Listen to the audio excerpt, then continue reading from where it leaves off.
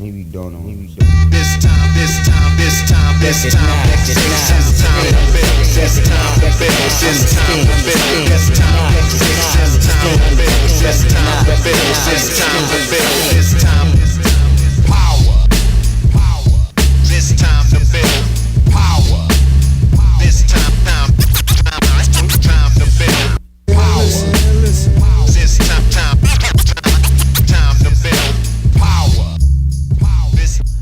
What's up, everybody? I am your host, Chris Hampton. Welcome to episode 76 of the Power Company Podcast, brought to you by PowerCompanyClimbing.com. I'm here at home in Lander, which is great because I think this is the longest that I've been here for any period of time since I've lived here. And it's pretty damn nice, to be honest. I'm recording this intro while my fiance, Annalisa, and my daughter, Katie, are out in the machine shop climbing. Why am I not out there? Because my A2 is on the mend. Quickly, though, I might add. It's been about 10 days since I injured my A2 pulley in my middle finger, and I'm just about ready to climb on it again. I've been doing some rehab for it. It's going really well, and just about ready. But that's another story for another time, and actually that's a story for the patrons. I've been detailing my own training in the Don't Call It a Comeback episodes of the We Scream Like Eagles podcast. And I give those to the patrons. I think we're up to 14 episodes at this point. Not all Don't Call It a Comeback episodes, but 14 in total. And some of those short, some of those longer. And you can get access to those for as little as $1 per month, up to really whatever you think it's worth. Yeah. And you can do that at patreon.com/powercompanypodcast. And I'm also solidifying my spring schedule. It's looking a little bit crazy, but that's a good thing. And you'll be hearing more about that as it's nailed down, because if I'm coming to your town, that means I'm going to be having workshops. That means I'm going to be doing private sessions. That means I'm going to be eating tacos. So we should go eat tacos and drink a beer together. So hit me up if you hear that I'm coming to your town. Today's guest, which I'm really excited about, is Dr. Alan Lim, who is a sports physiologist, former cycling coach, author, and founder of Skratch Labs.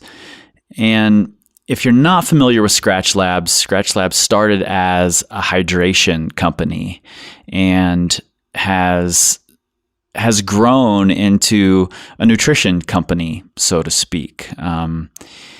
And it's natural food. It's real food, and it tastes good.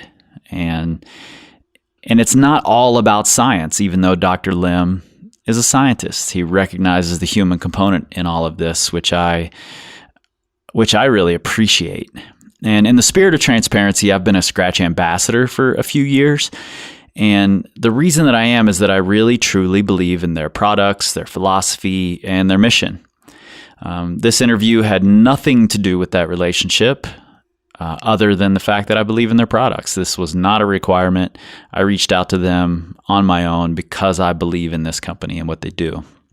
And I think that Dr. Lim has some things to teach us. And man, I was blown away by this conversation. I immediately texted Nate when I was done and said, whoa, I just had this conversation about hydration that was amazing. And most of you who listen regularly know that nutrition talk usually causes me to just blank out. But this conversation is fucking fascinating. And we start with Dr. Lim's origin story. As he says, his parts are from China. He was made in the Philippines, and he was programmed in America, where his parents came to start over again from scratch. Maybe don't know. It's not about all this tech and science if you have an athlete who can't cook food, if you don't have the basic life skills. It doesn't matter the technology that you have or the money that you're spending on these marginal gains. Power. This time to build power. This time to build power. This time to Most tyrannical dictators go. He was one of the worst. And so my parents got the hell out of Dodge. That being said, they had already fled China because of the communist revolution, the Cultural Revolution. As communism goes, well, that didn't exactly work out as, potentially aspirational as that concept is, that we're all basically equal. As a tangent, think about this. Monopoly, this game of capitalism. Everyone starts out with the same amount of money. That's communism. You have a How point. messed up is that? You have a point. That's what we're taught from children. It's freaking weird. Like, you want to play a good game of Monopoly? Take 10 people, give one person Random amounts of money. 80% of all the Monopoly money. Yeah, that's way more realistic. And then distribute the rest and be like, go play. Yep. Right? You have a point. I'm going to try it that way. Yeah, try it that way. It's insightful. That being said, not to get too tangential, I do believe that this process here in America works, and that's why so many people migrate here. And when my parents first came to this country, they had to give up, who they were and start over literally from scratch. Right. And it's this idea that no matter where you find yourself in life, that you can always start from scratch, which is really the core identity and basis for what we do here at Skratch. That's why the company is named what the company is named for. It's not simply that we believe that food and drink is better from scratch. It's the belief that you can reinvent yourself at any point in time. And for me, I had made my career as a sports physiologist on the pro cycling tour. And it was realizing on the pro cycling tour that bottlenecks matter more than marginal gains, that it's not about all this tech and science if you have an athlete who can't cook food, if you don't have the basic life skills to, manage a grocery store, if you're lonely or hungry or angry or tired. It doesn't matter the technology that you have or the money that you're spending on these marginal gains. And so for me, what I learned very early on as a scientist on the pro cycling tour was this acronym that my good friend Lori Ventura uses on her kids, which is HALT. If things are not going well, if someone's emotional, you basically just tell them to halt. And HALT stands for, are you hungry? Are you angry? Are you lonely? Are you tired? Right? Oh man, my fiance needs that. Yeah, for sure. Whenever I'm hungry, I automatically get angry. So yeah.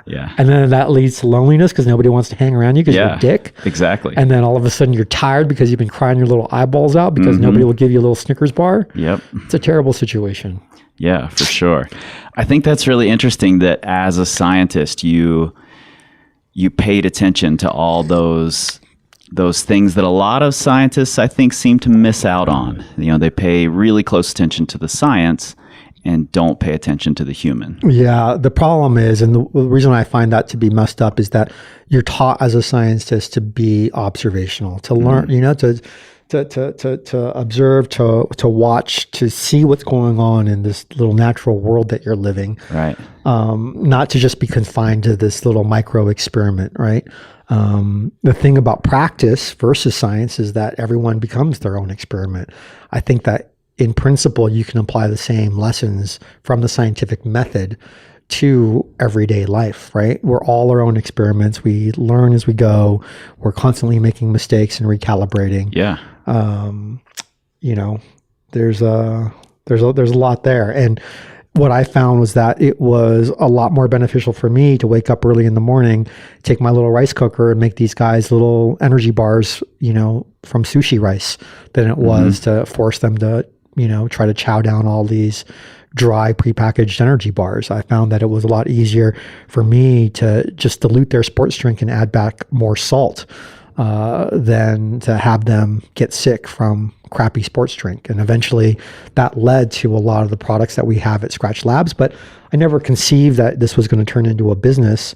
It was just that I found myself in a place in life where I, one, needed a change, but two, the climate in the sport was such that,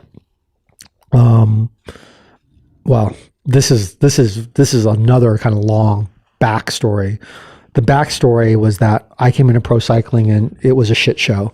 There was a lot of not just performance enhancing drug use. There was a lot of coercion around performance enhancing drug use. It's one thing to be an asshole and to cheat. It's another thing to force other people to cheat. Sure. It's another thing to be part of a systematic system where you're coerced to do something that you don't want to do. That's a real abomination of freedom, right? It's not just that, oh, I'm a jerk, I'm going to try to take advantage of a system. It's that, oh, I'm take advantage of everyone else too. Yeah, and that people are making me or you do something that you feel is morally wrong. That is the real rub of the situation. And so, young, naive, idealistic, and traumatized by what I had seen, I wanted to try to make things better. And believing in this American dream that's possible. Yeah, exactly. And so I took the approach of saying to athletes, look, if you've cheated, you've cheated. How about we do things differently? How about we use your past experiences as a reference point to doing things better? And maybe, just maybe, you might find as your own experiment that you do better,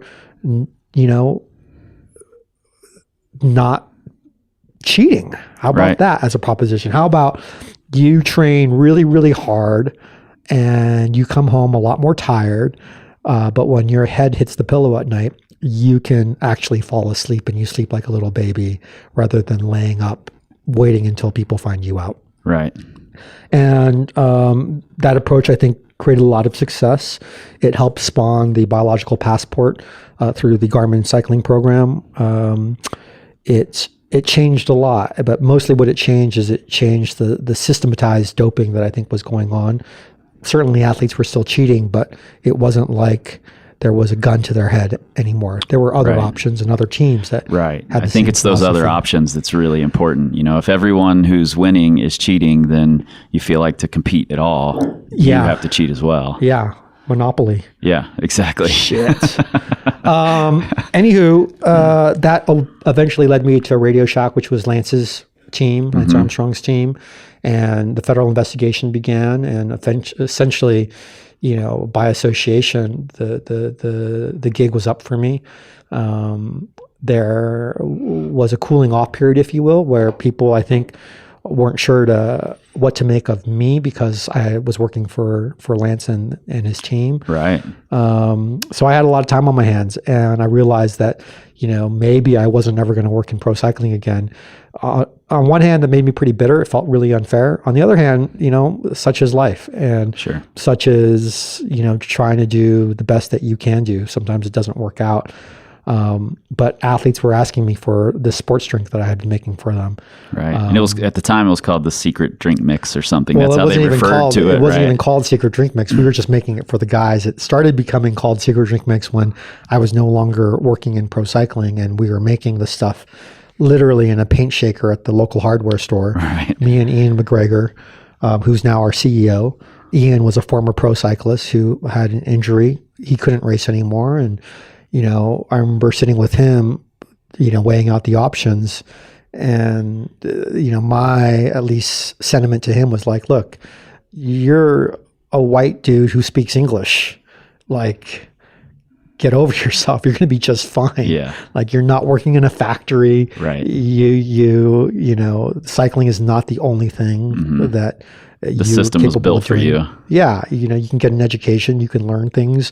I'm like, look, dude, you can add, you can subtract really well. Like, you've got a fantastic brain. And he went back to school to get a degree in mechanical engineering. He graduated first in his class. And in the meantime, he started helping me make drink mix, and, was always kind of my right-hand man in terms of thinking about what I was doing. And he learned at such a great pace, so much faster than I was learning, that, it was clear that he needed to be the CEO of this company and be the leader here. So Ian and I were making drink mix.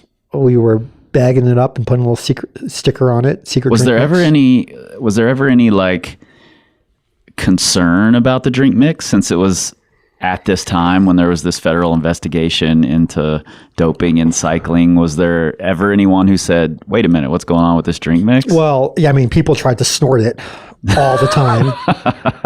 We had, guys mixing it up and syringing it in between the toes. Yeah. Cause fuck, it's a bag of powder. Like if you don't have a spoon and a lighter, what are you supposed to do with it? Man. Not everyone is a total idiot. Yeah. If there was concern, certainly we were probably breaking most food laws. Mm-hmm. In the paint shaker. You don't exactly make a food product in a paint shaker. But we did learn that under a certain volume of sales, this is pretty much a lemonade stand. This is this is a bake sale at your local elementary school. So we kind of bake sailed our way into this whole thing. It was a very slow process, I think, even though you look back on it now and it happened very quickly, of realizing that this had potential, but more importantly, realizing that we were helping people. And for me, my inspiration comes when I know that I'm able to help someone and when they're grateful for that.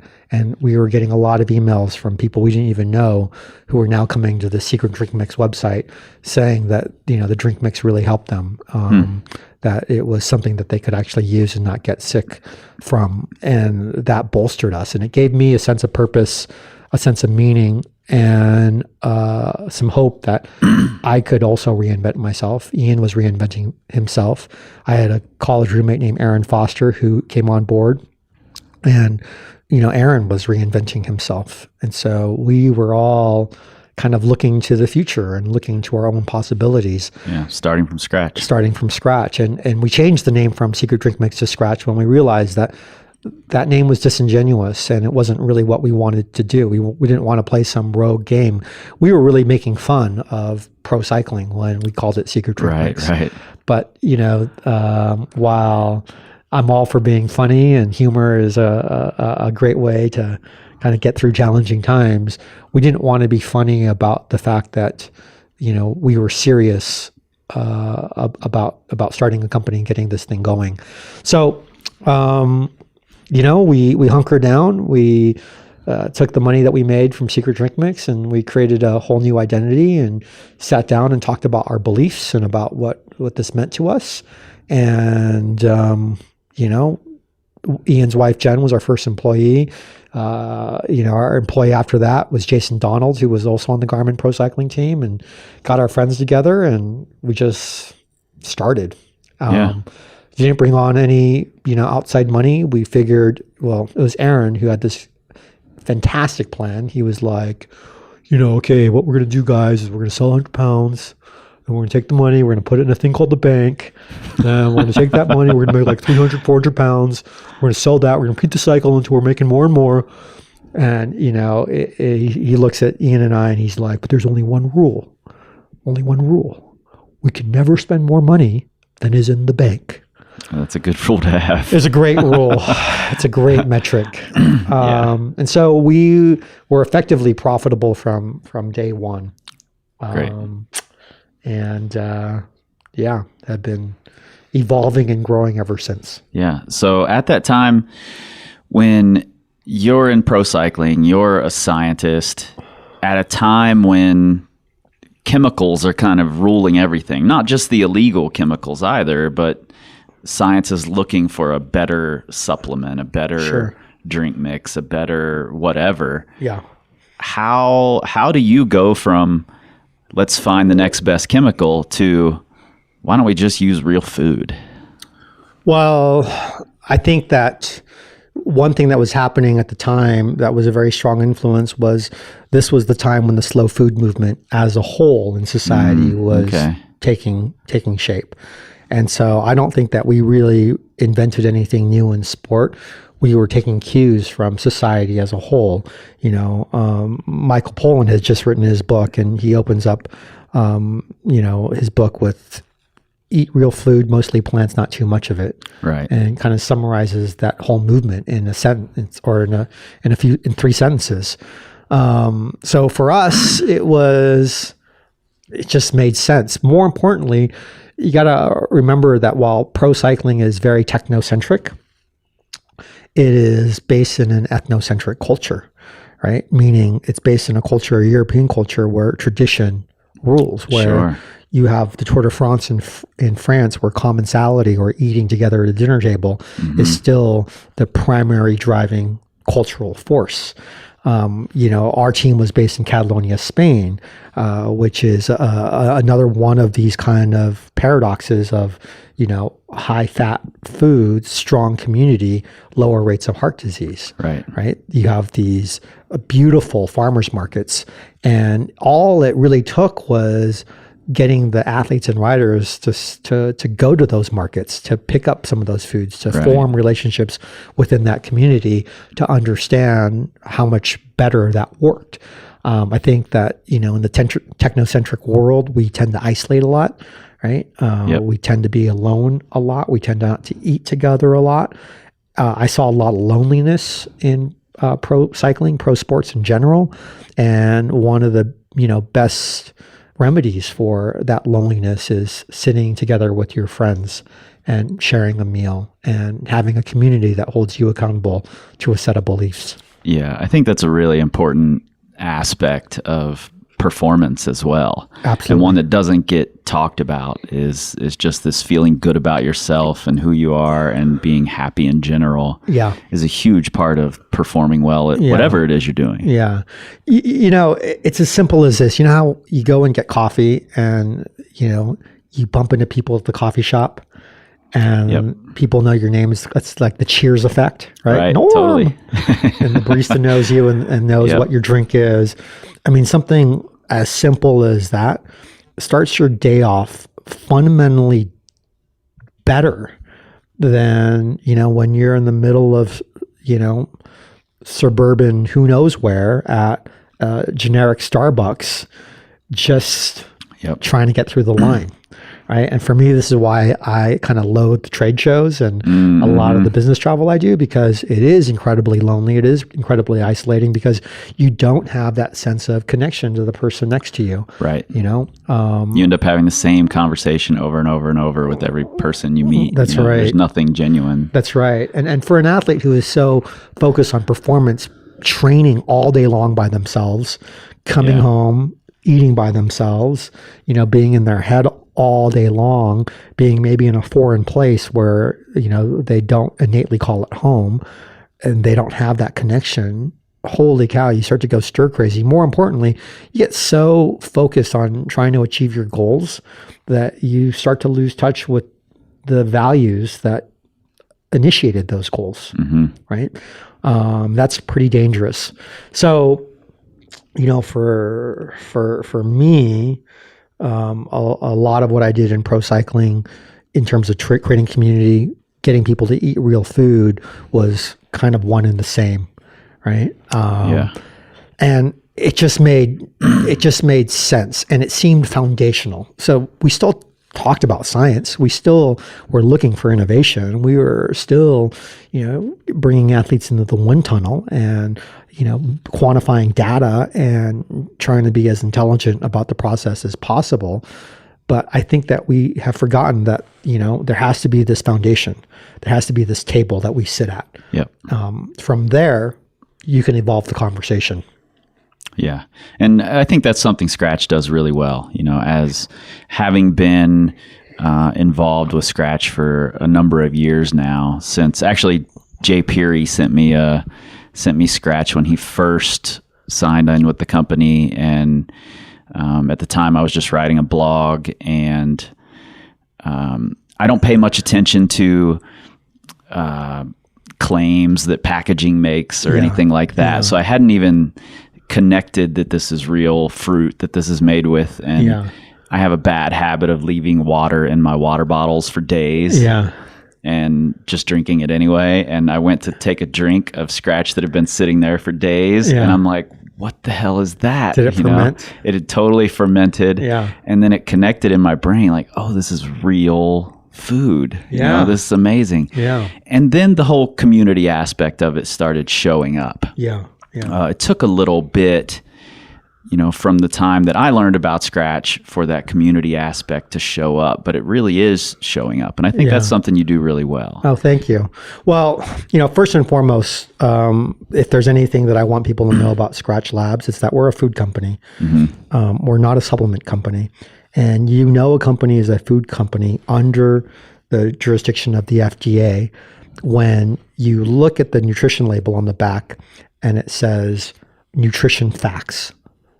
When it says supplement information, that's a supplement company. Gotcha. As a nutrition company, we actually can't make any claims on our bags. We can only state what the product is or intended for, right? So sport hydration drink mix, right? We can't make any claims that this is going to make you any better of a person or that it's doing this or that. It's just a food product. But a supplement company can. And a lot of people often tell us, well, why don't you tell people more about all the benefits? And I'm like, well, it's because we're a food company. And as a food company, it's not like you can take a banana and be just like, loaded with potassium. But you've built this community who can tell the other people the benefits. That's right. And I think the community built itself in so much that we needed help, and we needed a lot of help. We didn't have a lot of money to spend initially. And so our friends in this Boulder community came out and helped us. We would have these, kind of sticker parties where we'd order a bunch of pizzas. People would show up to the office and they would start putting stickers on these silver bags of Skratch because we didn't have enough labor or help. And we would have to do this every 2 or 3 weeks to keep up with sales. And people would just show up. I mean, we'd get like big parties, 50 to 100 people would show up a night and just sticker bags with us. Yeah. Well, when we first started marketing, we would stand on the corner of Highway 36 and Broadway and hand out samples to the cyclists who rode by. And I started paying some of the panhandlers on the corner to help. And eventually the cops shut me down. But when that happened, one of the buyers from Whole Foods here on the Pearl Street store, he had ridden by, tried the product, and called us up and said, "Hey, we'd love to put you in Whole Foods." Oh, right? Cool. Yeah. So if it wasn't for that community kind of watching our back, helping us out, there's no way that we would have been here. And that camaraderie meant something, right? And it moved the needle for us in a big way when we realized we didn't have any money to go to events to market our products. Bijou Thomas, who owns Bijou's Little Curry Shop, is a good friend who I wrote the Feed Zone cookbooks with. He was like, Al, we can buy a food trailer, drive around the country, and I bet you we can sell enough burritos and bowls to pay our way. And we took a big risk. Bijou and I, went on the road. He's Indian, I'm Chinese, and it was literally Harold and Kumar looking for White Castle, selling rice bowls. Oh, that's amazing. And we made a lot of cash that helped to support our marketing efforts. More importantly, we realized by just giving someone some good food and some good conversation and having a place to hang out, anywhere, you created instant community. Yeah. Right. The table was everything. That's really cool. Can we talk a little bit about, the product and why? So first off, I have a really bad habit of when I start working or when I'm out climbing or whatever it is I'm doing, I get so focused on the thing that I forget to eat or drink. Yeah. Bad habit. My fiance calls me out on it all the time. Sure. Trying to get better at it. One of the things that has helped me is I did grow up with a sweet tooth. Yeah. And I've weaned myself mostly off of that over a lot of years. And things like Gatorade and things like that are too sweet for me. They trigger that sweet tooth, and then I need more candy, more sugar, Yeah. But Skratch is subtle enough and doesn't trigger that sweet tooth, but it makes me remember that I want to drink water. Yeah, sure. Or that I want to drink whatever's in my bottle at the time, And that may actually be more physiologic than anything.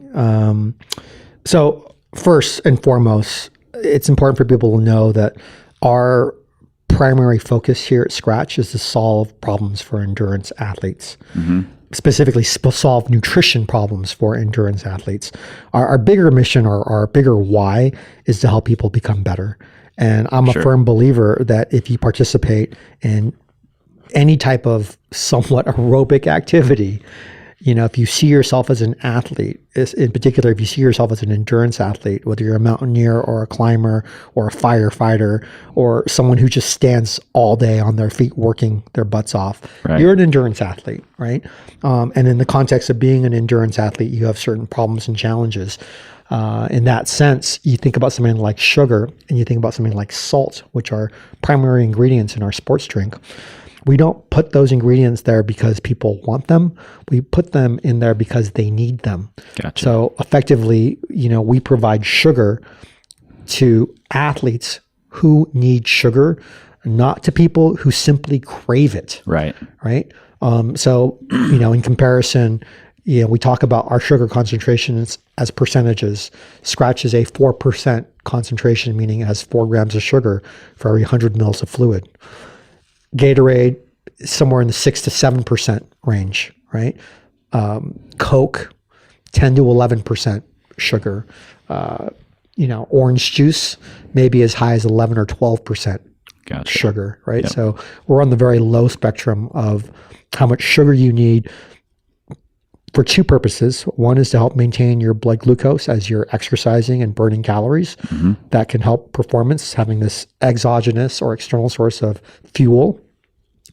The other thing it helps with is if you pair that sugar with sodium. The combination of glucose and sodium, when transported through an active transport system, creates a portal which draws water in. Right. So so it hydrates you better. It hydrates you faster. You get faster absorption. Normally water moves across the small intestine through a process called osmosis, dependent upon the concentration gradient between what's inside the intestinal lumen and the blood. So if you have something that is too concentrated, water will tend to move into the gut. If you have something that is less concentrated than blood, water will move into the body. But if you transport 2 molecules of sodium for every molecule of glucose, you can move in 210 molecules of water. So there is a physiological basis for enhancing water absorption with glucose and sodium. The other thing that's happening is we're replacing the salt that you're losing in your sweat. People aren't really aware of how much salt they lose. They're not even aware that they're very salty people, right? If you think about our blood and why vampires love drinking blood. Mm-hmm. Well, it's because blood is about the same salinity as a bowl of chicken noodle soup. Oh, right? Okay. So blood is about 3,500 milligrams of sodium per liter. A good bowl of miso soup, chicken noodle soup, is about 4,000 milligrams of sodium per liter. So just a little bit saltier, right? And it's all that salt in your blood that is ultimately presented to a sweat gland. As the sweat moves through that sweat gland, your body tries to save as much salt as possible. So it tries to resequester both sodium and chloride ion. But some of that salt escapes. Sure. And how much salt escapes is dependent upon your sweat rate. It's also dependent upon your genetics.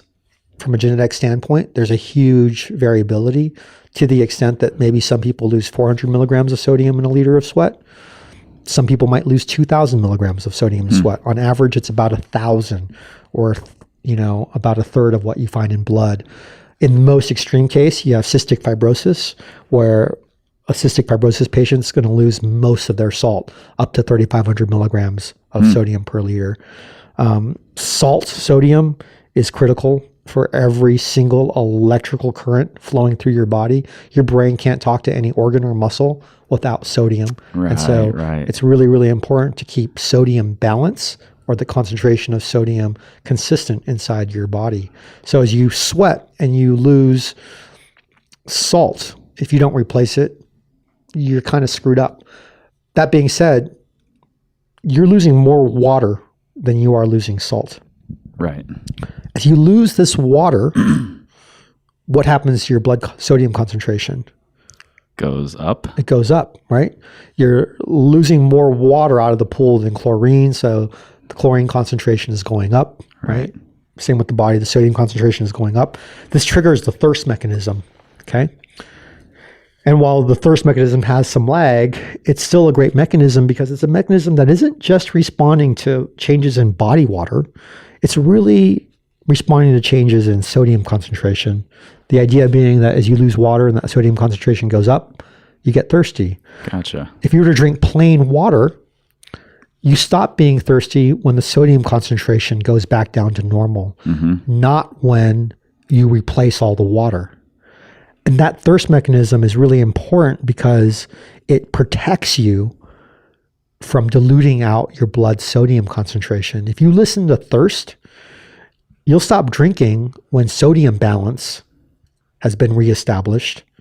If you drink beyond thirst, there's a good chance that you're going to dilute out your blood sodium and get something called hyponatremia, right? Which is a diluted blood sodium level. Right. And that can cause a lot of different problems. I mean, the first problem it probably causes you to pee a lot, right? Because now your kidneys are actively trying to balance sodium, right? So what's great about a sports drink, if you get it right and you're close to what you're replacing in terms of salt loss, is all of a sudden thirst theoretically becomes a good benchmark for not just maintaining sodium balance, but also maintaining water balance, right? Because now you're not only replacing the salt that you lost, but you're replacing more of the water that you actually lost. Right. So having salt in your water bottle is critical to maintaining hydration.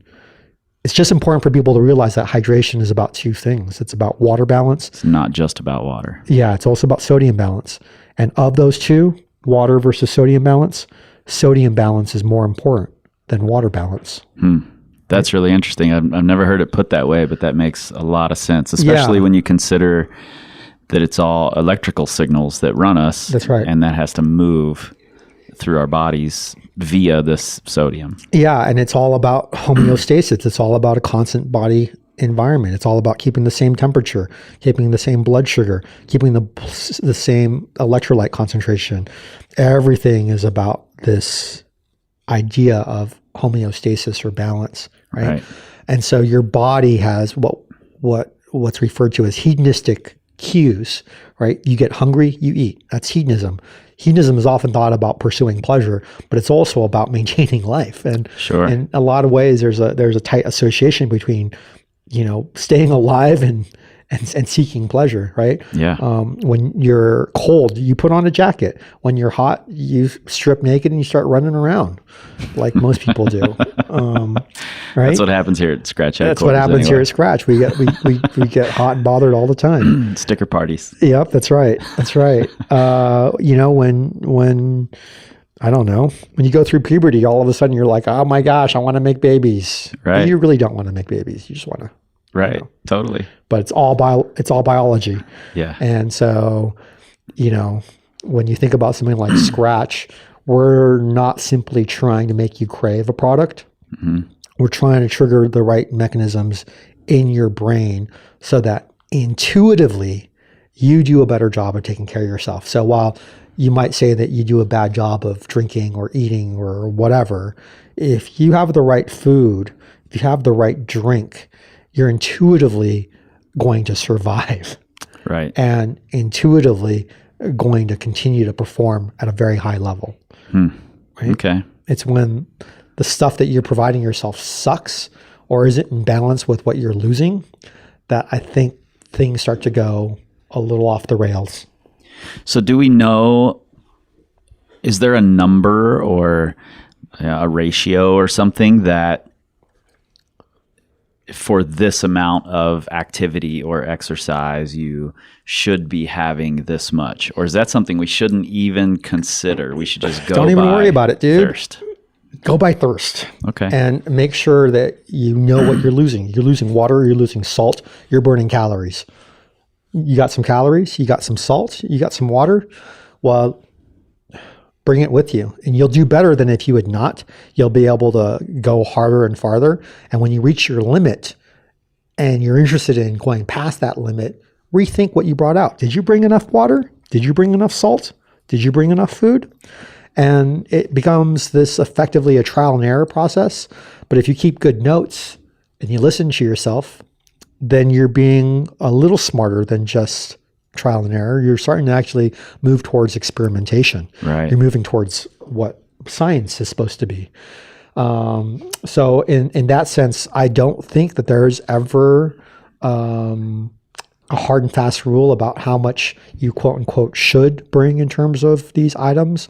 I think that it's important to know what good reference points are. So on average, in the heat, an athlete who is working very, very hard, let's say they're fit enough to run a 4-minute mile. If you're fit enough to run a 4-minute mile and it is over 80 degrees out, over 50% humidity, you're losing, if you kept that pace up for an hour, probably anywhere from 2.5 to maybe even 4 liters of fluid, depending upon your body shape and size, right? And so there are so many factors that we can't measure that play a physical role in your body's balance. So literally, if you are tall and skinny and you have a lot of surface area relative to your, active muscle mass, you're going to dissipate heat a lot better than somebody who is more Mr. Potato Head. Right. And so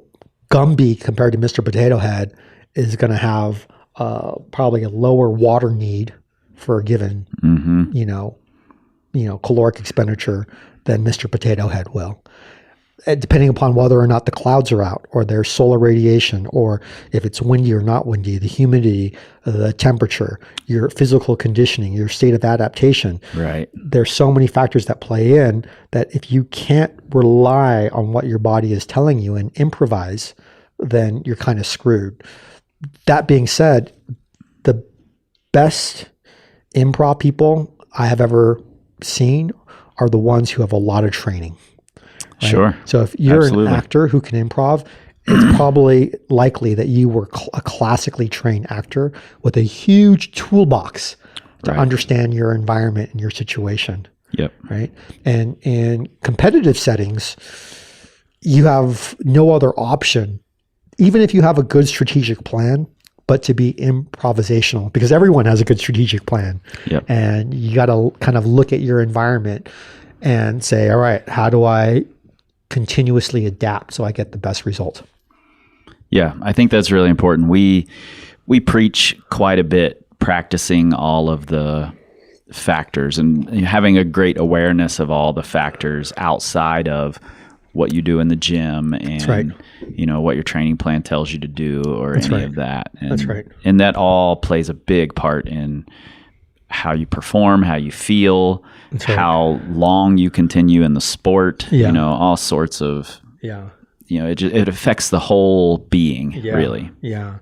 Well, what I find really, really cool is that the more you train, the more you engage and challenge, the more you find yourself in difficult situations, not only do you get better, but you get to a point where you start to learn that you can trust yourself. Yeah. That your body is really, really flexible. Yeah. And while your body might have limits, it's also really, really resilient. Yeah. Right? And then you can push more and more. That's right. Little bits at a time. Yeah. You find the line, you find the line, you find the line. And, the best way to learn is to cross the line. Yeah.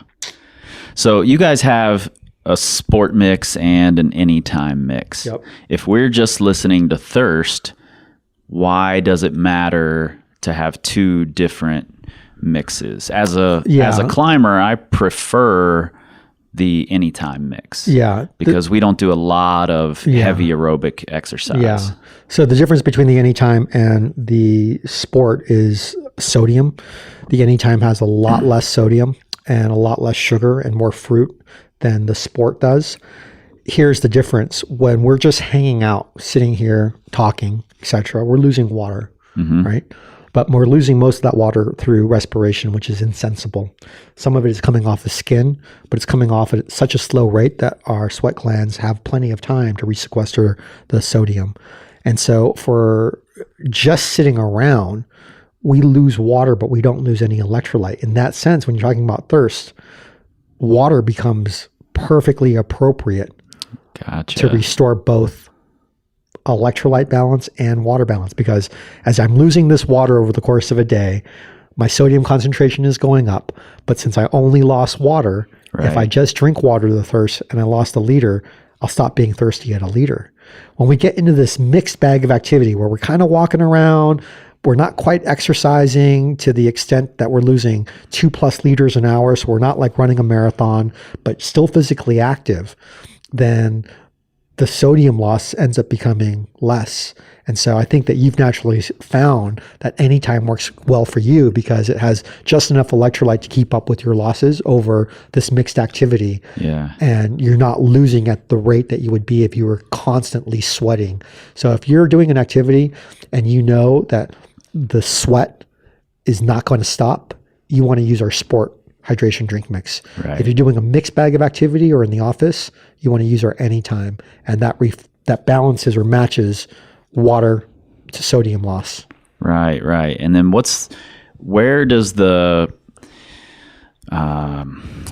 what's it called? It's not the hyper mix, but there's another rescue? one. The rescue. Yeah. Where does that come in? We have effectively 3 kind of major categories in our company. We have our Anytime line of products, which includes our Anytime hydration drink mix. It includes our Anytime energy bar. These are products that you can use basically anytime if you're hungry or thirsty, etc. And they're appropriate for mixed or sedentary activity. Then we have our sport line, right? And that's when you're doing this consistent aerobic endurance type of work. Mm-hmm. And then there's our wellness line. And we've gone through this whole kind of renaming architecture because I would make products and just give it a name. So our wellness used to be called Rescue Hydration. That's based on a formula by the World Health Organization for treating severe dehydration, specifically in the cases of diarrheal disease. This is the same formulation that you would see with a product like Pedialyte, right? So you have a very high sodium product, about 1,500 milligrams of sodium per liter. You have higher potassium, about 500 to 700 milligrams of potassium per liter. You have a little bit of zinc because zinc has been shown to help to quell the intestinal viruses that can often lead to diarrhea. You have, a little bit of sugar because that combination of glucose and sodium helps to enhance water transport. Right. So UNICEF and WHO have done a great job of updating and delivering this education and information to folks. This is all public domain knowledge. And the reason why it's public domain knowledge is because in developing countries, the leading cause of death is dehydration from diarrheal diseases, and it's easily preventable. The link between this situation and endurance athletes is that endurance athletes can at times become severely dehydrated. Sure. Endurance athletes often travel a lot and they pick up a lot of intestinal bugs and, they end up peeing out of their butthole, right? And so having a good oral rehydration solution ends up being critical in the same way that we created a natural alternative to, the neon colored sports drinks. We wanted to create a natural alternative to the neon colored and artificially sweetened pediatric electrolyte solutions. Even though they're designed with children in mind, they're also great for adults. The reason why they're designed for children in mind is because an adult has a lot more total body water and electrolyte on board. And so when they have diarrhea or become severely dehydrated, they're less likely to die from it than a small child. Sure. Right. And so the hydration, especially, the sodium balance in a kid becomes much more crucial than it does in a mature adult. And that's why there's been an emphasis in calling these pediatric electrolyte solutions. But in reality, they're all just oral rehydration solutions or salts. Gotcha. And that's what our wellness or rescue hydration is. And then finally, we have a hyperhydration, which is equivalent to saline. And so all of our hydration drinks are kind of characterized by differences in sodium level. So when you get to hyperhydration, now you have something that is exactly saline, and you have something that is essentially drinkable saline, right? So, if you think about the trend towards IV hydration and people being hungover and thinking they need IV hydration, right. and you think about trying to push all that saline fluid through a little vein, through a little hole, versus the small intestine, which has the surface area of a tennis court, or a football field, you would rather pour a liter over that football field than try to shove that liter through a little needle. Yeah. So for me, the only time IV hydration over our hyperhydration or our saline hydration is important is when somebody is throwing up, right? If you're not throwing So they can't up, keep that solution down. yeah, exactly. If you have diarrhea, then oral rehydration, especially with a high salt, moderate sugar solution with some zinc and maybe even some probiotic. If you're throwing up, well, you're not even keeping it down. So that's when you start to think about IV hydration in cases of severe dehydration. Okay. So both of these you would use in similar situations. I would use the hyper in situations where I know I'm not going to be able to get enough fluid. I'm going out into the heat and I just can't carry enough water and salt. So you would use it pre. Yeah, and I would use it as a way to increase my total body water and the sodium in a way where, because it's saline, you're going to pee less of it out. And you're going to basically top yourself off. You're gonna allow your body to carry as much water and sodium as it possibly can. The risk is if you don't need that, you're just going to drive blood pressure up, and if you're hypertensive already, then that's a risk factor. But if you're an endurance athlete who's going out into the Mojave and you have a limited amount of resource you can carry, well, this is where prehydrating becomes very important. But you don't want to just prehydrate with water, because if you prehydrate with water, you're going to pee most of that water off. Right. You want to prehydrate with something that is the same concentration as your blood. And even then, there are limits as to how much water your body will hold.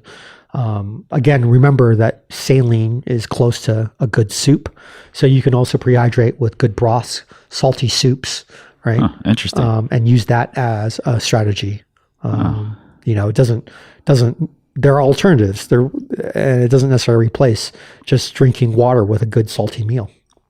Wow, that's really fascinating. I had no idea of any of this. But yeah, it's pretty simple when you break it down. But I like to say that the human body doesn't come with a user manual.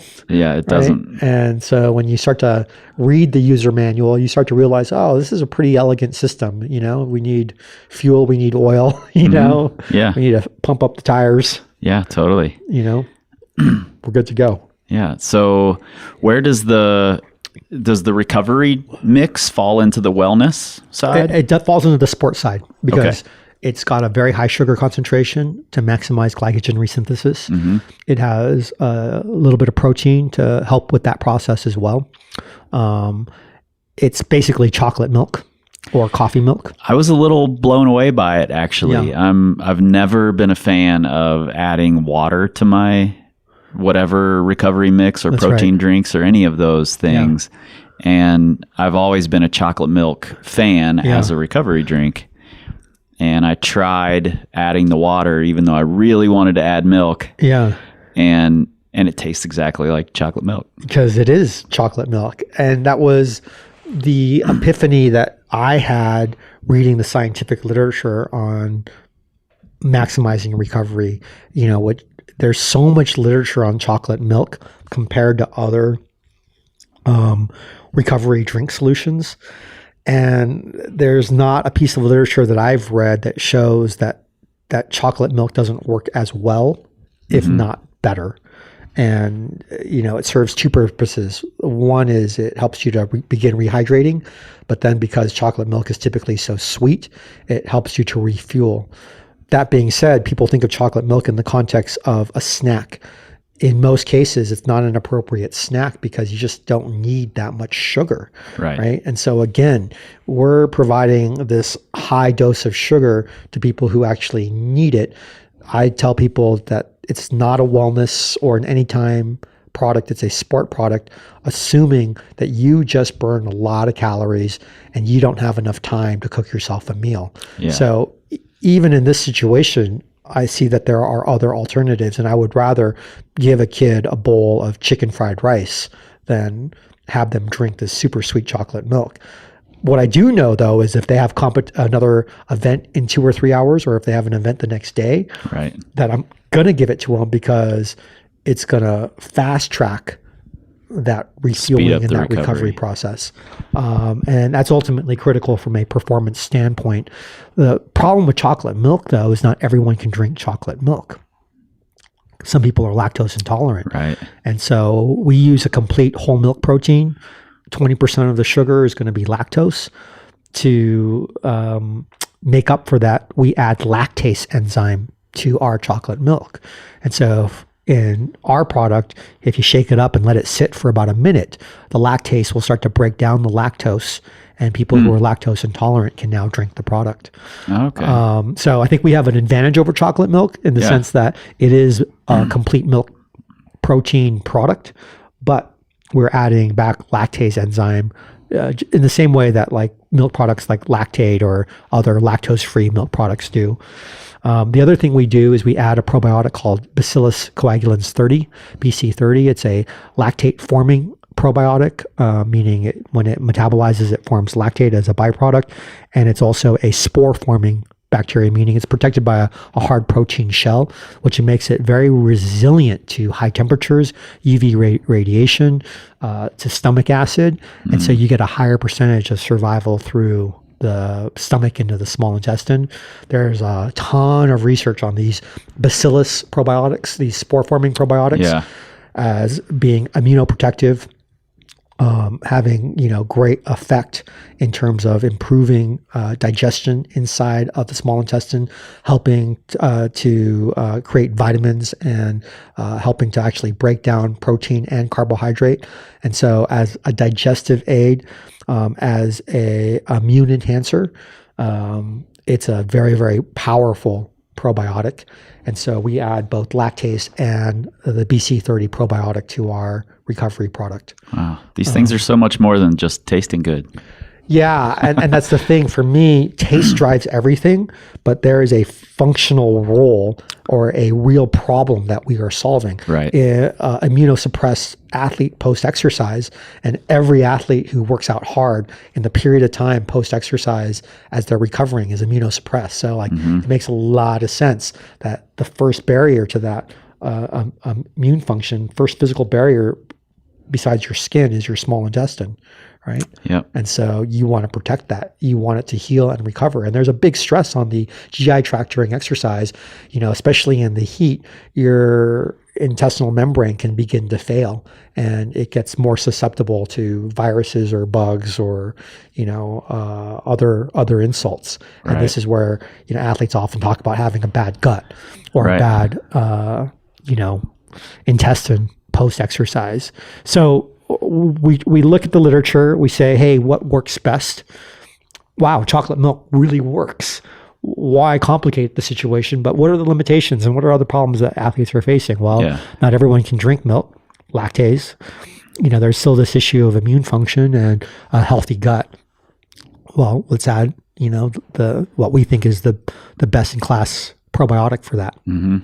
Yeah. And one problem that it solves for me is that when I go out cragging for a whole day, I don't want to pack a cooler and bring chocolate milk That's and right. leave it sitting in my car That's in right. the sun. And, That's right.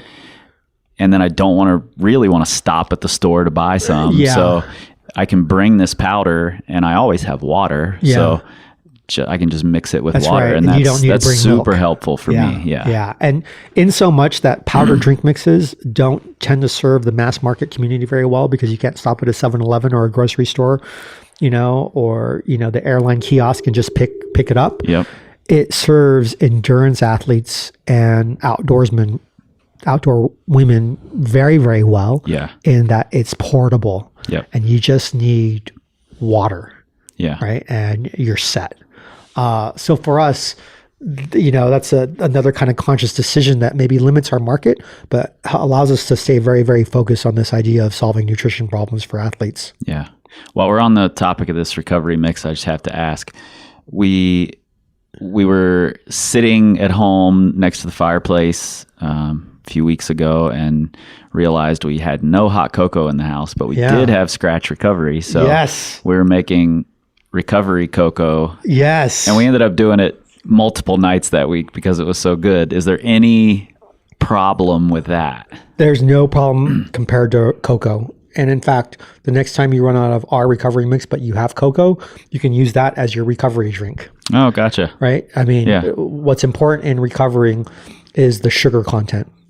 is the calories that you're fast tracking, as well as the hydration. What you're missing from your packet of Swiss Miss, though, is you're missing the sodium, right? You're missing the protein. Right. Protein was something I wanted to ask you about. Yeah.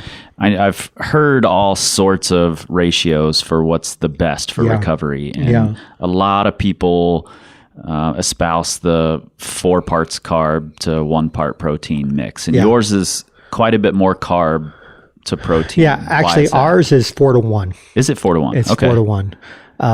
So we're on the same track. And was there a second mix? Is initially it a different mix now? The mix that I was using for guys in the Tour de France was about 5 to 1. Okay. So a little different than what we sell now. So 5 to 1 for me in a Grand Tour is really important to push that carbohydrate up a little bit because they are burning more calories. Right. But 4 to 1 for me is more appropriate for the general athlete. Okay. So it's a slight change in that ratio, 5 to 1 versus 4 to 1, but I think 4 to 1 hits it. And 4 to 1 hits it when you're talking about glycogen resynthesis, when you're talking about maximizing refueling. Having some protein along with your carbohydrate does help to fast track glycogen resynthesis, right? So having a little bit of protein to help to rebuild muscle is important. A damaged fiber is not going to hold as much glycogen. So having some building block, but also mostly fuel can enhance how much you end up holding. Gotcha. I think that if you're talking about strength athletes, though, and talking about maximizing, muscle development, right? Your ratio is probably going to be 1 to 1. Right. You're going to be talking about, 20 grams of carbohydrate for 20 grams of protein. You still need the carbohydrate as a strength athlete because you need that spike in glucose to cause an insulin response. Insulin drives that sugar and protein both into the cell where it can now be used to build, right? And insulin ultimately is the most anabolic hormone in the body. So for a strength athlete, it's not just about protein, it's also about getting these insulin spikes. Gotcha. For a person who's not an athlete, these insulin spikes can be terrible. Right. They can, make you sleepy. They can kind of activate your parasympathetic nervous system and you get all drowsy. They put a strain on your pancreas, etc.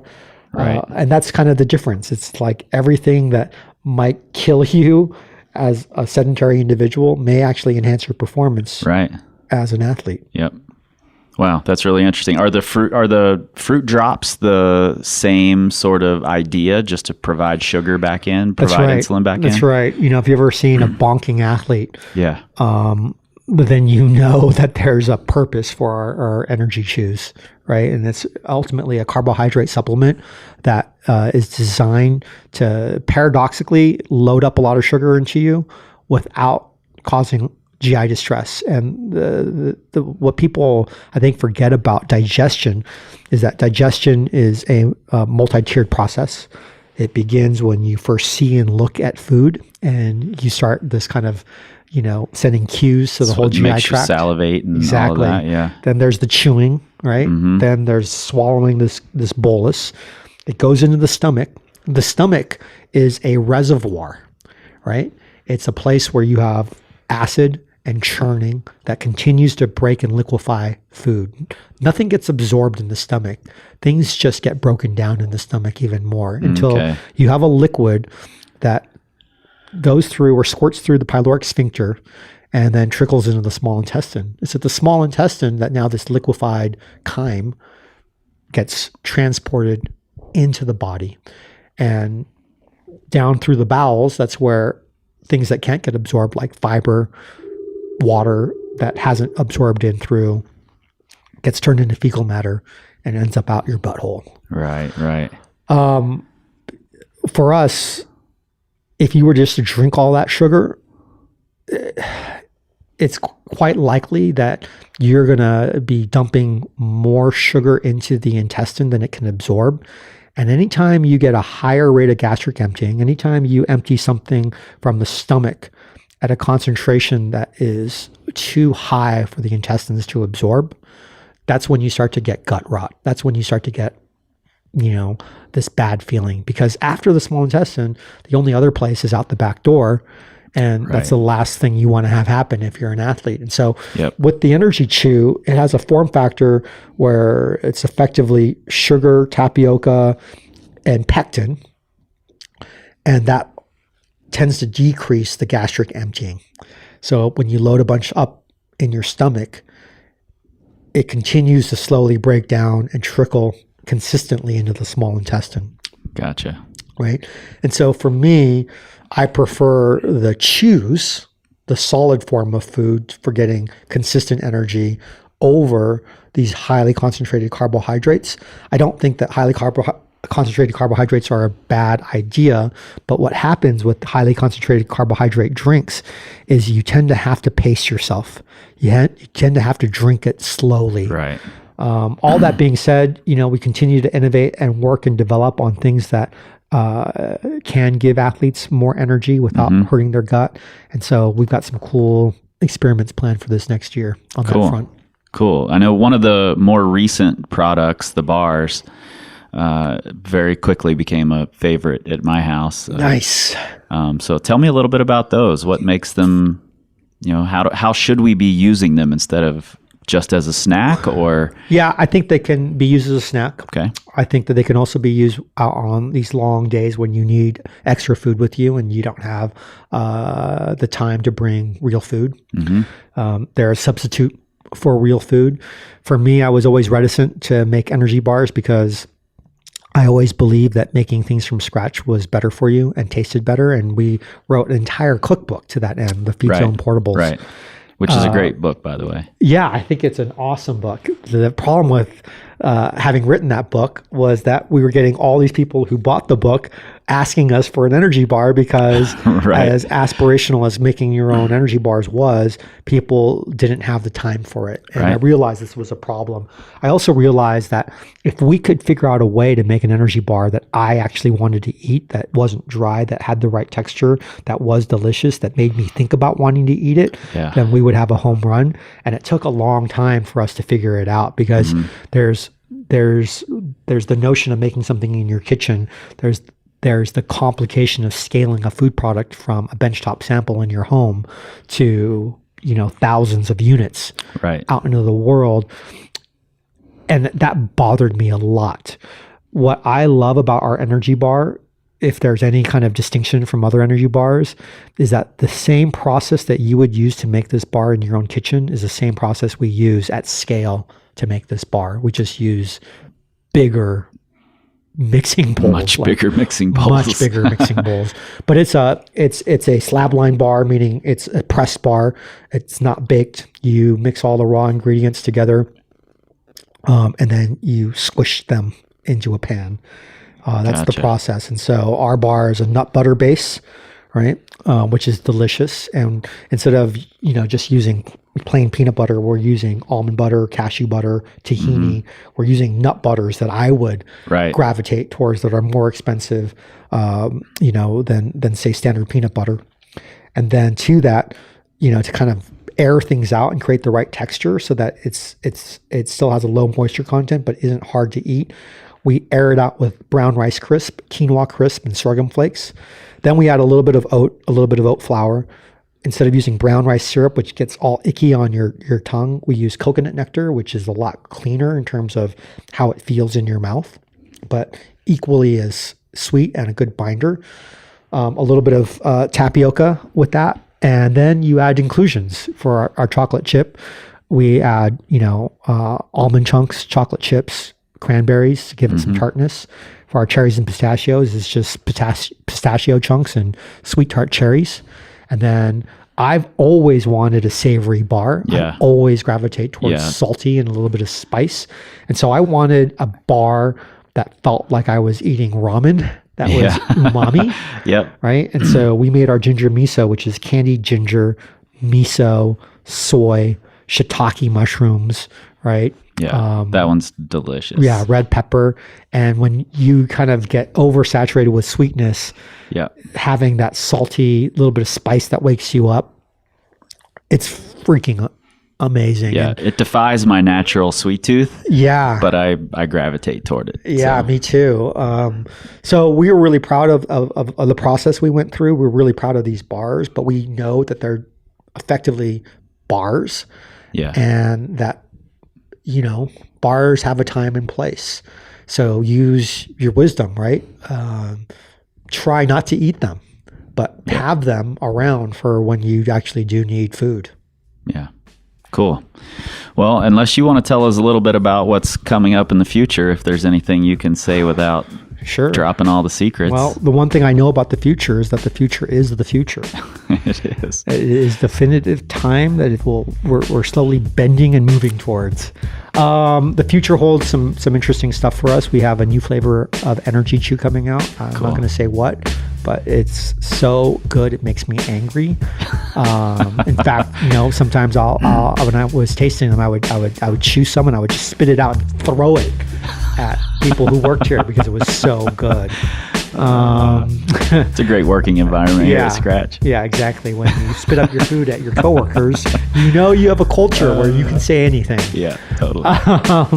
We are finally, finishing up our rebranding. So it's important for people to know that we've gone through this whole new brand architecture. It's the Anytime Sport and Wellness, and we're finally finishing that up. So we'll have our what used to be our rescue hydration fully represented as our wellness hydration soon. We're going to double down on selling products. We have a full line now. We have the drink mixes. We have the energy bar. We have the energy chews. We have the recovery mix. All we need to do now is get out there, be active, have a ton of fun, and serve the athletes who got us here. Cool. So that's our plan for 2018. Cool. Well, I'm looking forward to that and looking forward to helping however I can. So Yes! yeah, thanks, Alan. I appreciate you sitting down with me. Yeah, you're welcome. Thank you. I can honestly say that was one of the most fun and fascinating conversations about nutrition that I've ever had, and I'm still a little blown away that hydration can be so interesting. So big thanks to Alan for inviting me in and for taking the time. I know you've got a crazy busy schedule. So thanks for sitting down with me, giving me the Skratch Labs tour, and for having this great conversation. I think there's a lot here for people to learn. If you have not checked out Skratch Labs and you would like to, you can do that at skratchlabs.com. I suggest starting simple. Lemon lime. That's the way I go. I like the original flavor still. I have to. However, I also like that miso and ginger bar, and I really like the chocolate recovery. So scratch that. No pun intended. Don't start simple. Just jump in. Check it all out. Why not? Again, thanks, Alan. I appreciate that. You guys, be on the lookout for the schedule coming soon. I know that I'm going to be in Columbia, Maryland, April 6th to 8th. Speaking at the Performance Climbing Coach Seminar from Climb Strong with Steve Bechtel and Neely Quinn and Charlie Manganello and Dr. Tyler Nelson. So if you're thinking about coming out, get signed up now. You can save some money by getting signed up right away. Spots are going fast, so sign up and hopefully I see you there. If you're in the area nearby, you want me to come and check your gym out, do a workshop at your gym, hit me up. That schedule's going to fill up fast too, and I'm just planning on being out there for an extra week or so. So reach out, contact button on powercompanyclimbing.com. You can find us on the Instagrams and the Facebooks at Power Company Climbing. And you can go look for us on that Twitter machine, but you're not going to find us there because we don't tweet. We scream like eagles.